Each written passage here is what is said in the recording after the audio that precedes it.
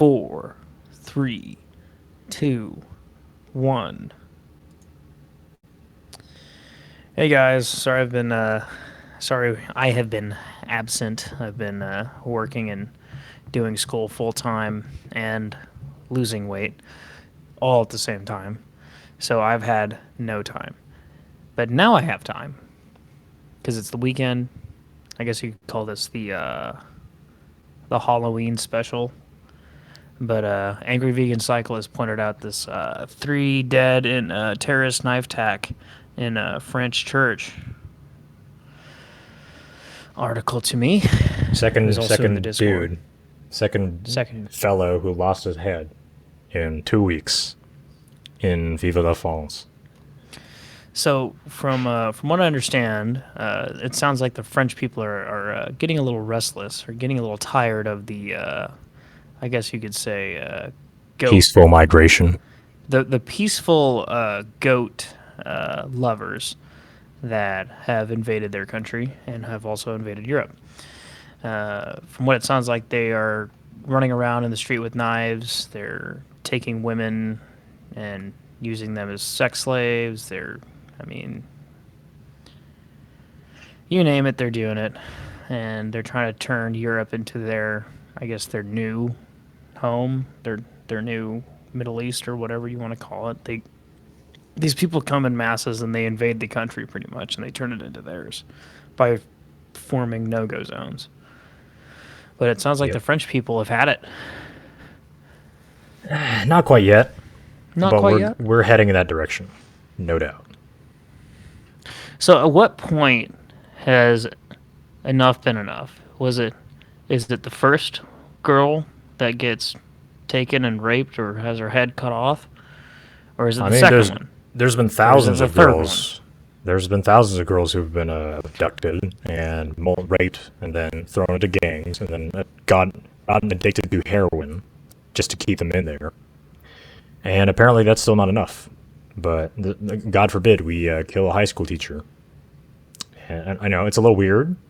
It's a little odd why this guy gets special credence to his existence. And all the thousands of victims before that, nobody says a damn thing. But if that's a start, if that's where it has to start, then so be it.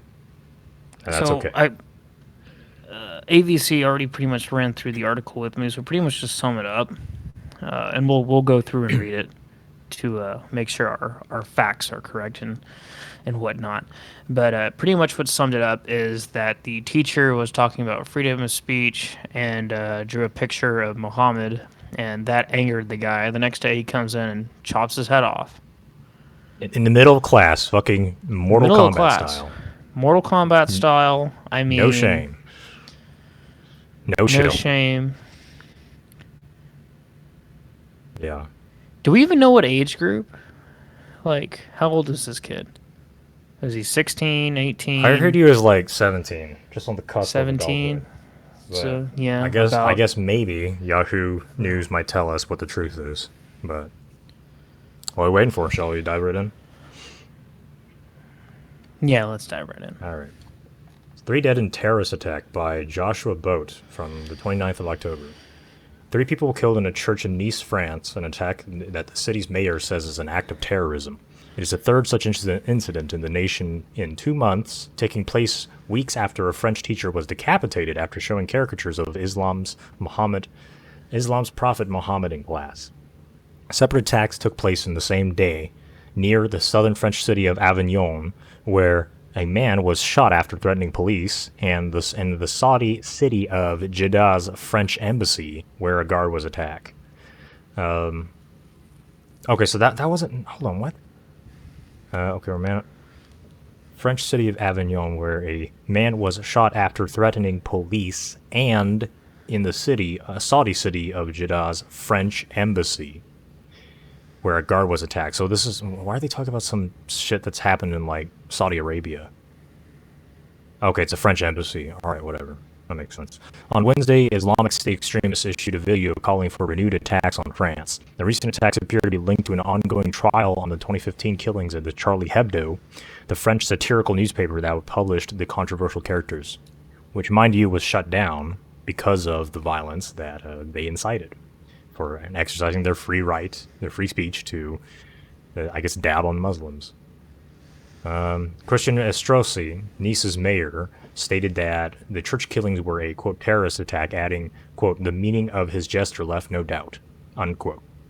One victim, according to a report by the BBC, was said by the mayor to be, quote, virtually beheaded, while the other was stabbed with his throat slit. The third victim, who was wounded inside the church, was able to flee the scene and run to a local cafe where she succumbed to her injuries. French President Emmanuel Macron said that he will increase the soldiers' deployments from around 3,000 to currently 7,000 to guard schools and religious sites. France's Prime Minister Jean Castex said the country's alert level has been elevated to emergency following the attack. The nation's anti-terrorist prosecutor's office has also launched an investigation into the killings. At the same time, tourist attractions in France, including the Louvre, Disneyland Paris, and Musée d'Orsay, are shutting down ahead of COVID-19 lockdowns imposed until December. The attacker was wounded by the police and detained, reported the BBC. Two police officials told the Associated Press that he acted independently and that no other suspects are being sought after. United Kingdom Prime Minister Boris Johnson wrote in a tweet that he was appalled to hear of the attacks, and messages written in both English and French. Quote, our thoughts were with the prayers, and our thoughts are with the victims and their families, and the UK stands steadfastly with France against terror and intolerance, he said. Leaders across Europe expressed solidarity with France. Oh boy, we're going to have another fucking Pray for Paris Facebook filter. Are you ready for that? I'm not. My butthole is clenched real tight. The Turkish Foreign Ministry, despite recent political tensions with France, strongly condemned the attack. We stand in solidarity with the people of France against terror and violence, the statement said. Turkish President Recep Tayyip Erdogan condemned Macron of anti-Muslim sentiment and posed questions about his mental fitness following a Charlie Hebdo illustration of Erdogan. This attack took place in less than half a mile from Notre Dame Church, where an attacker drove into a crowd during a Bastille Day celebration. So, President Erdogan of Turkey, he's basically talking at both ends of his mouth. He's like, oh, terrorism bad, hashtag pray for Paris. But on the other hand, he's like, Macron's stupid because he let this funny illustration of me get through a Charlie Hebdo newspaper. So, like, which is it, Erdogan? You're gonna dump more of these motherfuckers into Europe?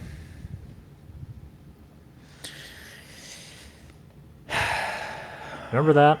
Like, what happened? Okay, so let's look back. Let's go back in time a little bit. Let's look back at Seattle. Was it Seattle?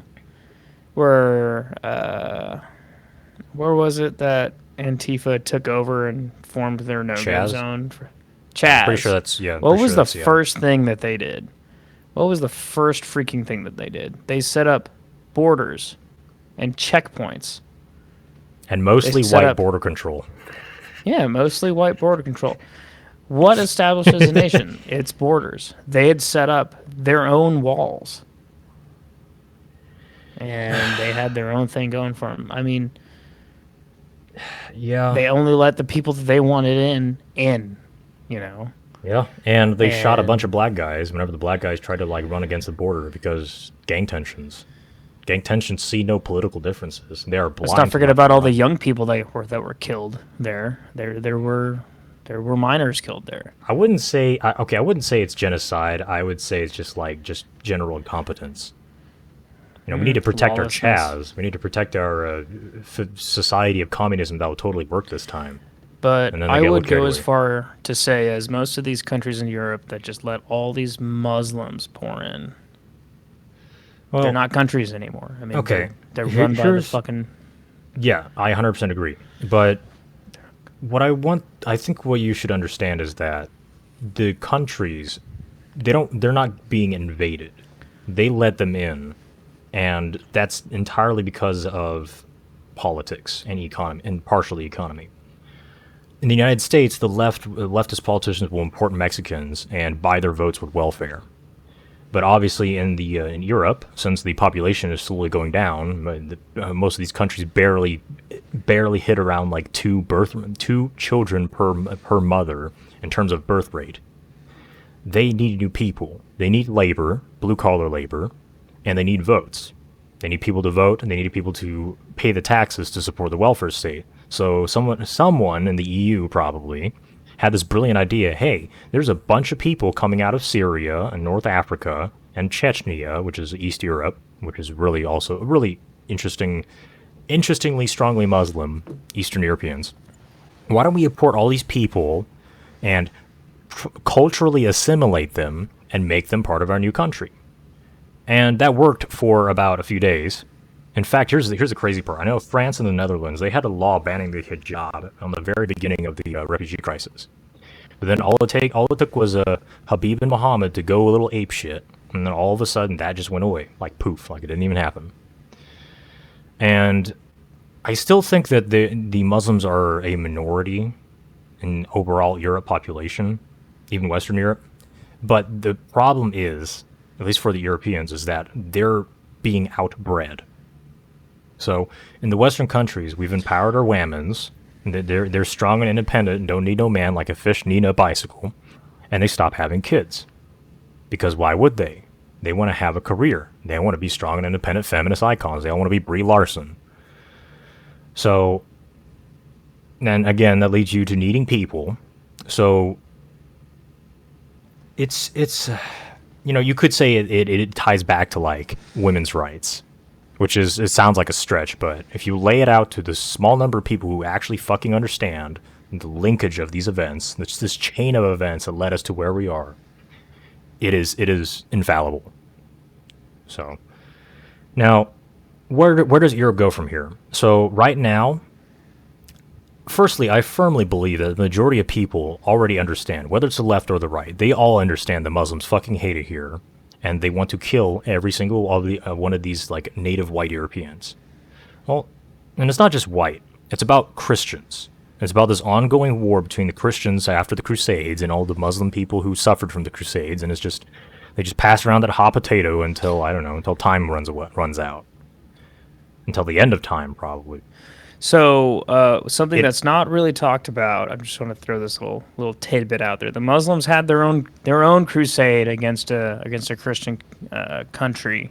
They went in and they attacked Constantinople. It was like 400 years after the Crusades, and they did all the same shit that the Christians did to them. They walked in, they took their women, they did whatever the fuck they wanted, slaughtered men. Yada, yada, yada. Yep. So. And they also, oh, by the way, in case you didn't find out, Islam's right about the Jews. Jews and Muslims really don't like each other, in case you forgot. So Islam is right about women. Well, they're right about the Jews, too. So, if you Islam is right about a lot of things, except for how to run an economy. They're really terrible with managing economies. But other than that, yeah, sure. So, okay, the problem here is, I can guarantee you it's cultural. There's a small number of refugees who, are mostly like Arabic or North African in descent, and they assimilate in the country. They speak the native language, they find a job, they economically make themselves present, and they have kids who are born into the country's native citizens. There's no issue with that. So this is not even about race, in case anyone starts talking about, oh, you're racist, No. If every single one of these migrants is assimilated, the worst that would happen is that the average skin tone of the average European will be slightly darker. And honestly, would you turn down a mixed girl?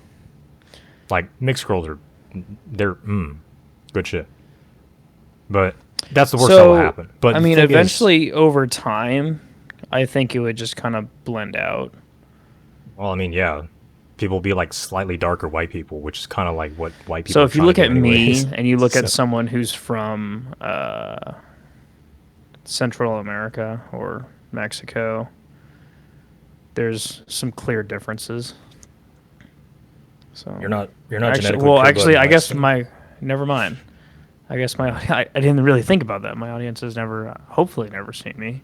I mean, if you found me, I mean, good for you. But I'd appreciate it if you just kept that to yourself. I got a link to my OnlyFans though. I will send feet pics. I got some salty hairy toes. I'd love to smother all over. I'll send you my urine for like $5 a bottle. You can drink Goddamn, it. tempting offers. I mean, What you I'll were saying fart. about I'll race wear mixing or underwear whatever? for like a whole week, and like Save your send fucking it to shilling for the you. next episode. God damn it. Anyway, what Uh, were you saying about race mixing? About South Americans or um, whatever? when the conquistadors came over, obviously I'm of Hispanic descent. I've made that hint in the past before, but when the conquistadors came over, they shacked up with natives, and the natives were, of course, dark skinned, and the Spanish were not. Came over, forced everyone to learn Catholicism, and over time, it's safe to say like a good portion of Mexico is half European, half Native American. And I took a DNA test, and I'm actually more European than I am Native American. Most of that hailing from Spain, and all of my family is 100% from Mexico. But my mom's side is really light skinned, and my dad's side is really dark. My dad's being more native, my mom's being more, of course, European. There's just kind of a blend. Well, here's what's interesting. Okay, so the conquistadors came from Spain. They're white Spanish Europeans. They took all the women, the native women in the native countries, or native to the South American countries. They fucked them all and made some like mestizo babies, mestizo slash mestiza. Excuse my pronouns. And here's what's interesting. They are now their own culture. They are their Yeah. own thing. And Yep. people separate them from whites, even though they're probably genetically at least 70% the same. You know, there's a spectrum. I know there's like really white-looking mestizos, and there's, you know, it's I guess just like gender, it's on a spectrum. It's not a binary, and we're bigoted to say otherwise. But the beautiful thing is that one culture dies, but then another one replaces it, and it comes back actually even better than the last one. They learned the language. They have technology and science that the Spanish brought to them, and then they made it their own. And now that's why you have, you know, tacos and fajitas. I think it's great. I don't see what's wrong with it. And whether you like it or not, So that's kind of what inevitably happens. another example would be I did do a lot. I used to be like a really huge history buff in high school. Like that was my I don't know, that was my autistic thing, I guess, about me is I loved reading about history. I love history class. I always had like 100% on everything. We all But have our fidget spinners. Don't worry. the there was a facial model constructed of Tutankhamun, and he was an Egyptian king. But And but we everyone was kangs. We was kangs and there was shit. a community of people saying that he wasn't black.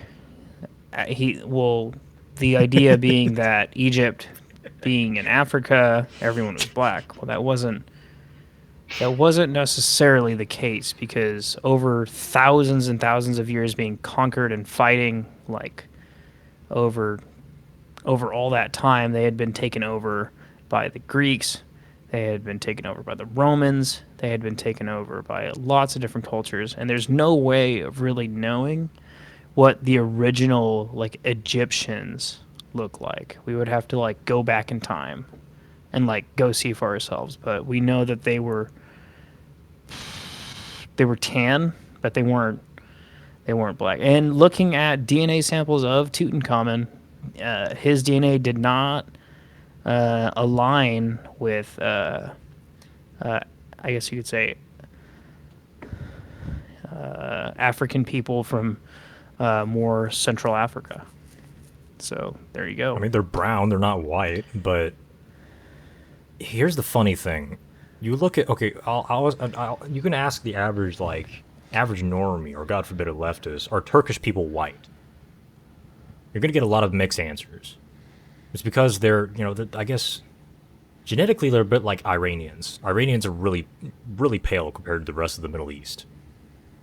So if you really think about it, there's no end to how many races you can technically divide everyone into.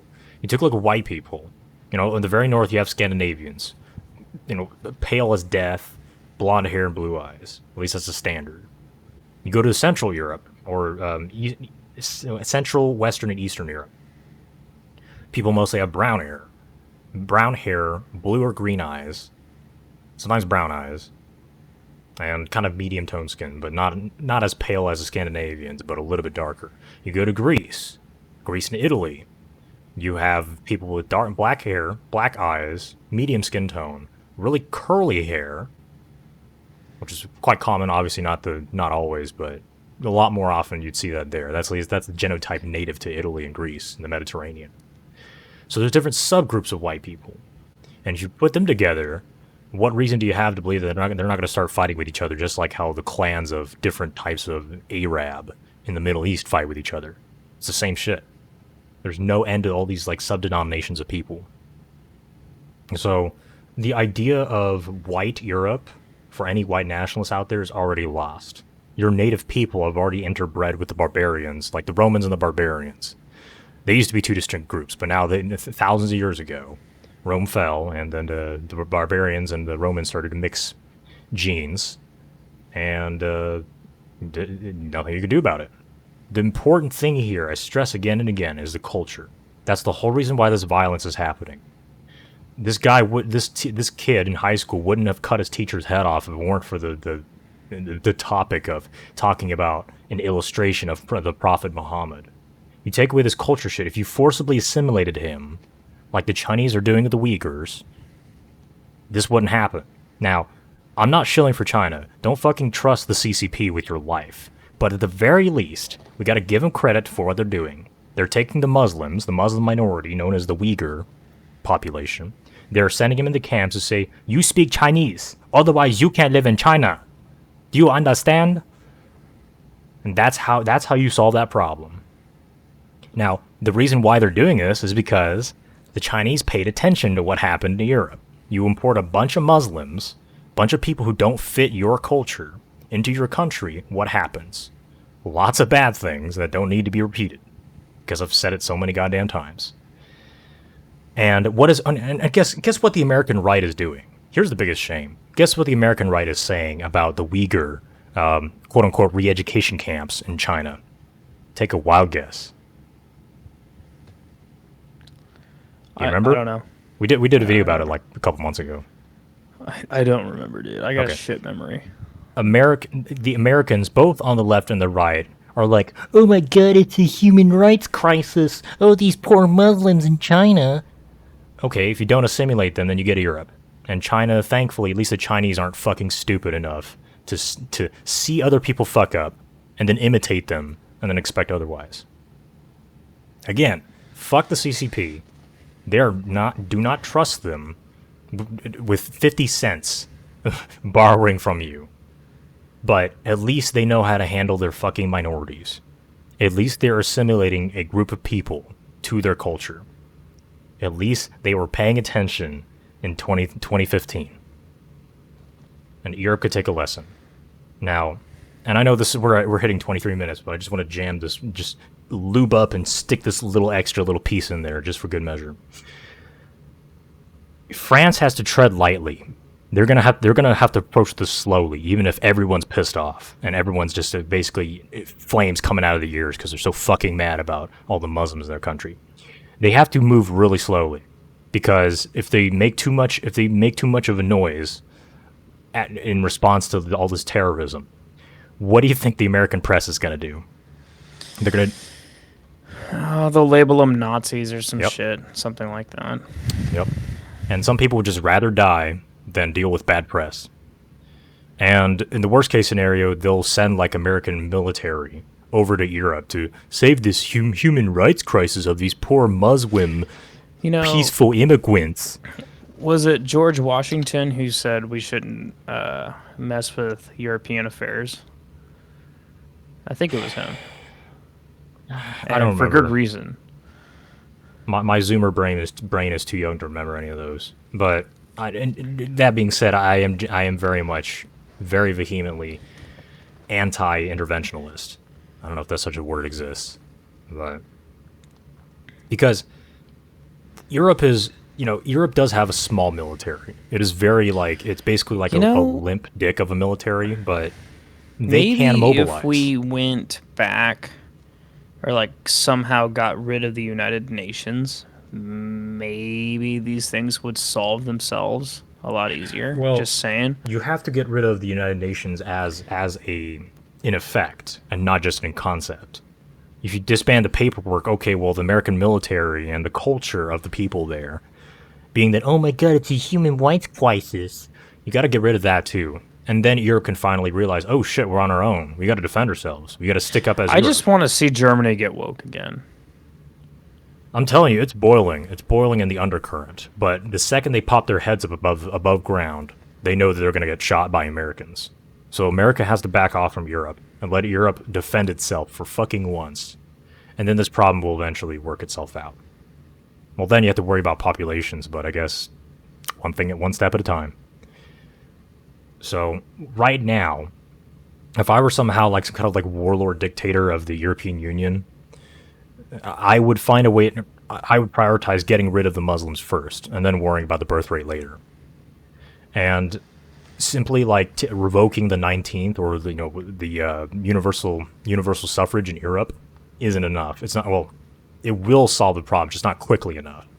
I mean, this kind of stuff. This requires immediate action. Okay, so that stuff we would have to. Okay, so how the communists invade? They invade in the schools first, and they teach the generation. Well, the USSR collapsed. That generation, yeah. Oh, go ahead. But we have to attack this in the schools somehow. We have to like send in our own secret teachers to go in and convince the young minds that we need to go back to the old way of thinking and repeal the 19th because the entire reason why they are not willing to fight back is it's stewed in Christianity. I don't know how you're going to shake Christianity out of the people. The people left the church, but the church didn't leave the people. With force, okay, well, the military force of all of Europe is just barely comparable to the United States. So again, you have to find a way to cock block the United States from swinging its boner of human rights and crises, or I don't know, world police boner all across Europe. So once you get those straightened out, I don't exactly see how schools play a role in this because, okay, a better analogy to understand what happened with the USSR is that, okay, let's say the Soviet ship crashed, but then they shot a little escape pod out. That escape pod is the ideological ghost of communism invading the Western schools. It's that of itself by itself is next to powerless. It's only powerful when enough students buy the bullshit and admire their teachers for spouting this ideological crap. And if nobody buys it, then the ghost just dies on its own. I don't know how you're going to reteach that. And again, you really have to make sure that the U.S. is not going to stand in the way, because if you're just dropping like quote unquote Nazi propaganda into European schools and then you get the children to believe it, it's never a good situation for you as the European nationalist governor. So what would you do instead? Honestly, at this point, you just have to let them suffer. Okay, right now they feel a little bit of pain.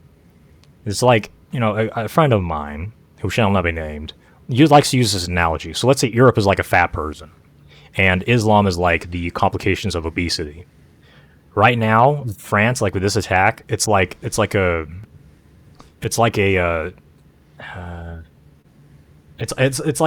mini heart attack. It didn't quite kill the fat man Europe, but it basically put him in the hospital, and he's like, oh shit, my arteries are fucking clogged. So at this point, you still have to let fat man Europe decide whether or not he actually has to lose weight. But he's thinking about it. He's starting to admit, yep, this is a problem. I can't keep ignoring it because I might not be so lucky next time. And as much as I hate saying this, as a big fan of like European culture, especially Germanic, mind you, you just have to. You can't force people to do the right thing. You just have to let them suffer the consequences until they realize you're right. And that's what we have to do. So this is what it takes. We're moving in the right direction. Maybe another attack will happen. another bunch of angry people will come screaming to the government saying that, are you going to fucking do something about it? Are you going to let us do something about it? And eventually it will turn around. Hopefully sooner than later, but then again, it's 2020. There's no guarantees. All right, we're going to have to cut the video here. We're already approaching 30 minutes. Yeah, we just hit 30 minutes. So if anyone's still watching, which I highly doubt, I'm not a Nazi. At least not a complete Nazi. But, I don't give a shit what color your skin is. It's all about what you value. And if we see eye to eye on this, on reality, we can be friends. But if you wanna start killing high school teachers just because they dabbed on your religion, then honestly, fuck you. Why should I give a shit about you? But anyway, yeah, I'm done. So let's roll the outro.